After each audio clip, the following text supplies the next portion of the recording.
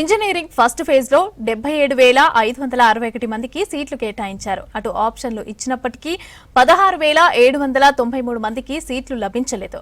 కాలేజీల సీట్ల కేటాయింపులను ఎబ్సెట్ అధికారిక వెబ్సైట్ లో అందుబాటులో ఉంచారు.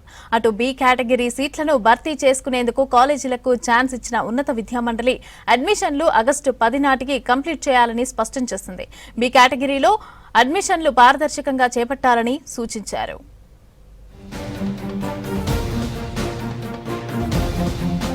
ఇంజనీరింగ్ అడ్మిషన్ల మొదటి విడత సీట్ల కేటాయింపు పూర్తయింది.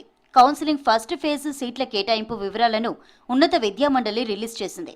మొత్తం 172 ఇంజనీరింగ్ కాలేజీల్లో కన్వీనర్ కోటా కింద 83,054 సీట్లు అందుబాటులో ఉండగా మొదటి విడతలో 77,561 సీట్లు కేటాయించారు.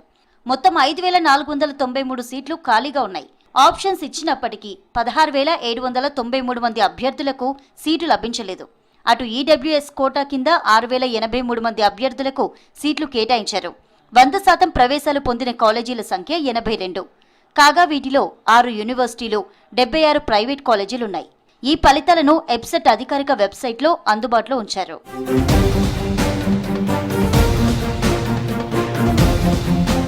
ఇక ఇంజనీరింగ్ కళాశాలలో బి కేటగిరీ సీట్లను భర్తీ చేసుకునే ఛాన్స్ ఇచ్చింది ఉన్నత విద్యామండలి.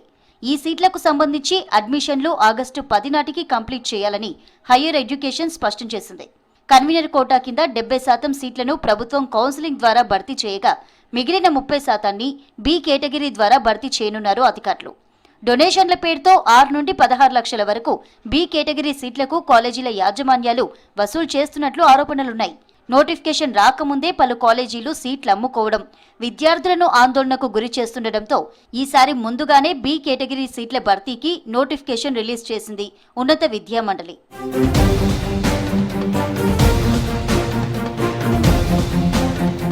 గత ఏడాది జూలై 31న నోటిఫికేషన్ జారీకి విద్యామండలి అనుమతి ఇవ్వగా ఈసారి 12 రోజులు ముందుగా పర్మిషన్ ఇచ్చినట్టు తెలిపారు అధికారులు. అడ్మిషన్ల ఆలస్యమైతే విద్యార్థులు ఇతర రాష్ట్రాల్లోనూ రాష్ట్రంలోని ప్రైవేటు డీమ్డ్ వర్సిటీల్లోనూ చేరే ఛాన్స్ ఉందని చెప్పారు. మరోవైపు కన్వీనర్ కోటాలో సీటు దక్కి ఫీజు చెల్లించిన తర్వాత బి కేటగిరీలో చేరాలంటే కన్వీనర్ కోటాలో చెల్లించిన ఫీజు వెంటనే వాపస్ రాకపోవడంతో విద్యార్థులు ఆర్థికంగా ఇబ్బంది పడుతున్నారని విద్యామండలి వర్గాలు చెబుతున్నాయి. అందుకే ఈసారి ముందుగా నోటిఫికేషన్ జారీకి అనుమతి ఇచ్చినట్లు చెప్పాయి. రాష్ట్రంలో గత ఏడాది సుమారు 28,000 మంది స్టూడెంట్స్ బి కేటగిరీ కింద అడ్మిషన్స్ తీసుకున్నారు.